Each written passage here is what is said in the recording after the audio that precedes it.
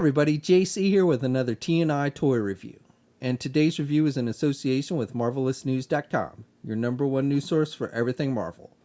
And for today's review, we're going to be doing something a little bit different. We're going to be doing a versus type review where we take a look at the brand new Hasbro Marvel Legends Fantastic Four Invisible Woman figure, the Walgreens exclusive version, and then we're going to compare it to the older Toy Biz one. Now, there have been a number of Invisible Woman figures released over the years from both Hasbro and Toy Biz, but the one specifically we're going to be looking at from Toy Biz is the one that came in the box set that featured all the members of the Fantastic Four, including Franklin Richards. Also had the Herbie robot, just like the Walgreens exclusive version does, and then also came with Dr. Doom. Okay, so starting off with the packaging, the new Walgreens version comes in the pretty standardized Marvel Legends packaging we see with all the figures these days. You've got the black box with the Legends series logo up at the top. At the very top, you've got a Fantastic Four logo. The figure's clearly displayed in the window box, and then down below you have the Fantastic Four logo and the name of the character. On the side, you have some artwork for the character, and then on the back, you have an image of the figure, a brief bio in multiple languages, and then down below it just tells you the accessories that are included with the figure. Now, I don't have the packaging still for the old box set, but I will tell you that it was pretty large packaging, and it was a window box, so all the figures were clearly displayed. On the front, you had the Marvel Legends logo and the names of the characters, and then on the back of the packaging, you had an image of a poster book that was included with the box set, and then you had a brief bio about the Fantastic Four in general, and then off to the side you had stats for each of the characters. So it wasn't extensive stats, but it was still kind of cool that you got individual stats for each of the characters in the box set. So in the end, I've got to give the packaging to the old Toy Biz one. It's a little unfair since the Toy Biz one was an extensive box set, but I just like the fact that you got those individual stats on the back of the packaging, and I just think it had a little more character than the pretty standardized Marvel Legends packaging that we see today. Okay, so here's a look at the figures outside of the packaging along with their pack-ins. Now, the box set, the Toy Biz box set version, there were more pack-ins in general because, again, you had the entire team and there were pack-ins for other figures in this set. But I'm going to primarily be looking at the pack-ins that were geared towards the Invisible Woman. I've got the Herbie robot, which I don't really think was associated with Invisible Woman, but since this new version comes with the Herbie robot as well, I'm going to look at that, as well as the Franklin Richards figure, which is obviously the son of the Invisible Woman. Start off looking at the accessories with the new Hasbro Marvel Legends version, and this figure comes with an extra translucent, semi-translucent left hand. This is to mimic her invisible power. You've got the black, and then you've got the semi-translucent plastic to look like it's starting to turn invisible. So pretty cool overall. Now, I do want to note on my hand, this pinky finger is kind of bent. It came out of the packaging that way. It is done with a pretty bendable plastic, so just be wary of that. You can take a hairdryer and straighten it out if you really need to, but on mine it was a little bit bent. Now, the figure itself, the right arm is already, they've made it so it looks like it's semi-translucent plastic, so it's starting to turn invisible on the right arm. And then for the left hand and arm, they've made it solid, and then you can switch out that extra hand so that it looks like the left hand is starting to turn it invisible as well. Now, I like that. However, I think it would have been better if they had made it so they'd given us two just semi-translucent arms and then two solid maybe, or at least an extra solid arm so you could have it so her powers aren't, so she's not using her powers. I think that would have been better than giving us this extra left hand. Now, this particular Toy Biz Invisible Woman did not come with anything to mimic her powers, no kind of invisibility accessories or anything like that. However, I do want to note that the box set itself, there was a variant version of Invisible Woman which was completely done with translucent plastic that you could get.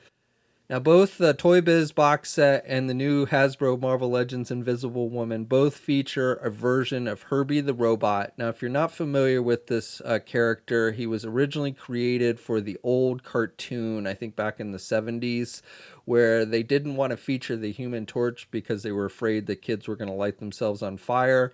So they replaced the Human Torch with this robot. And Herbie stands for Humanoid Experimental Robot B-Type Integrated Electronics. and he was created by Reed Richards, obviously. And he later on appeared in the comic books and such, but he's not like a widely known character, I don't think. He's probably better known for being a pack-in in these Marvel Legend figures than anything else. But I do believe the Hasbro one actually captures the character's appearance better. This is more how Herbie looked like in the cartoon. I like the look of the Toy Biz one. I think it actually looks better. It's got more character. It's got better paint applications. But if you just want more accuracy to which one looks more like how he appeared in like the cartoon and such, I think the Hasbro one actually does a better job with that. Now, as far as articulation, both have head movement.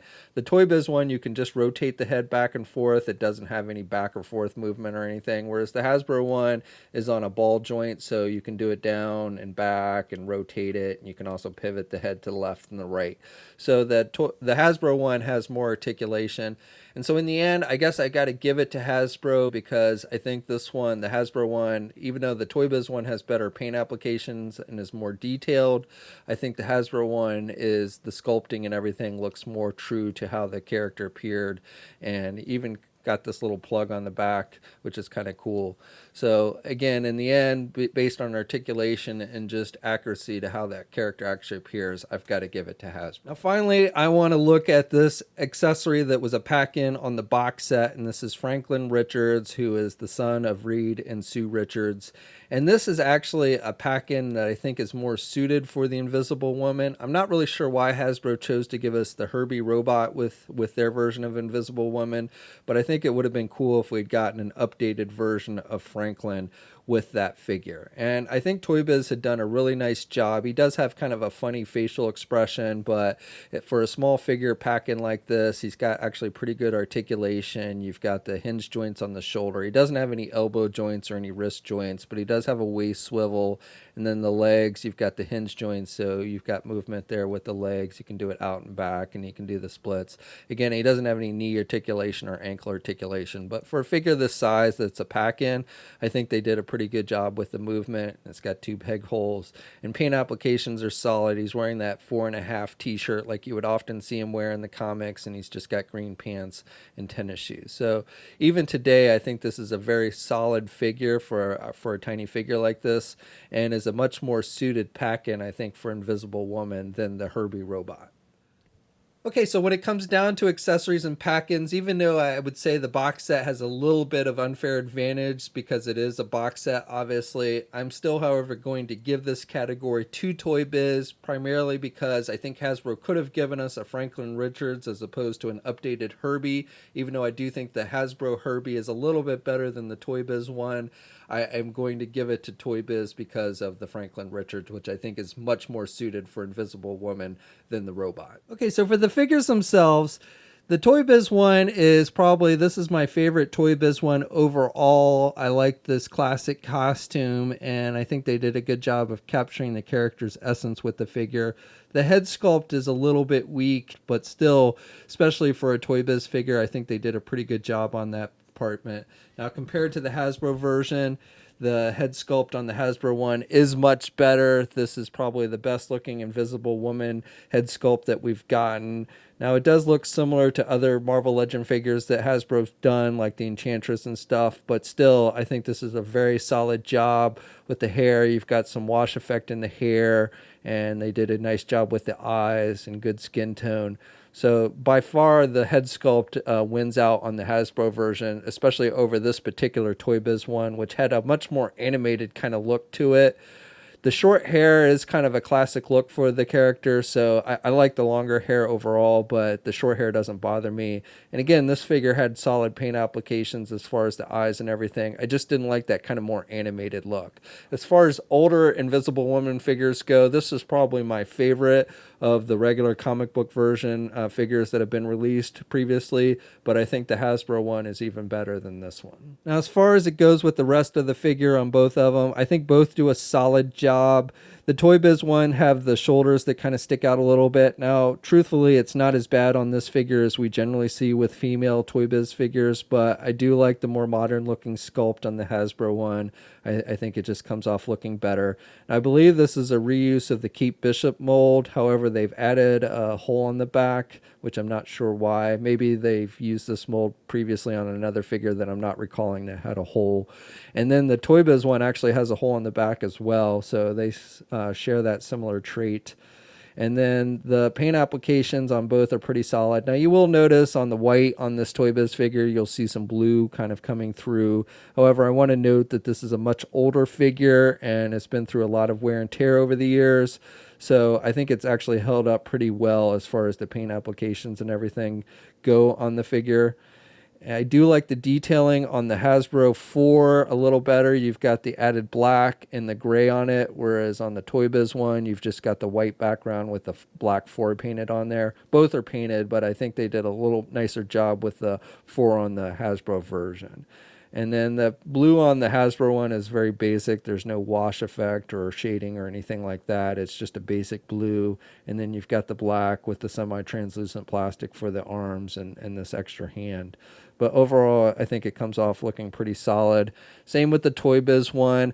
I like the darker blue on the outfit. I think this version, this lighter blue with the black, was what they wore first, if I remember correctly. I might be wrong on that, but I think the darker blue with the white came later. But I think both are pretty classic looks for the character.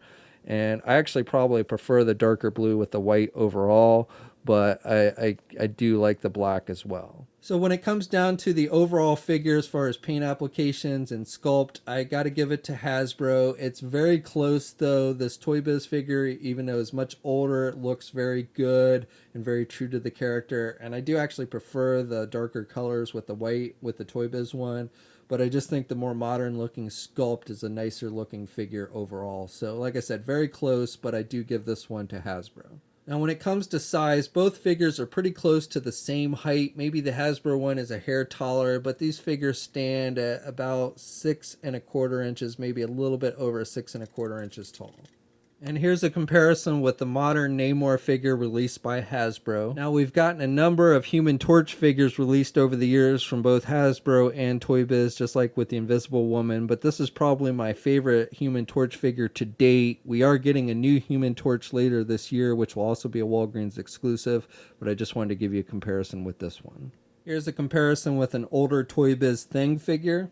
Here's a comparison with an older Toy Biz Dr. Doom figure. Sorry, I don't have the more modern Hasbro Dr. Doom to give you a comparison. And then finally, here's a comparison with a couple of different Toy Biz Reed Richards figures that kind of match up with these figures.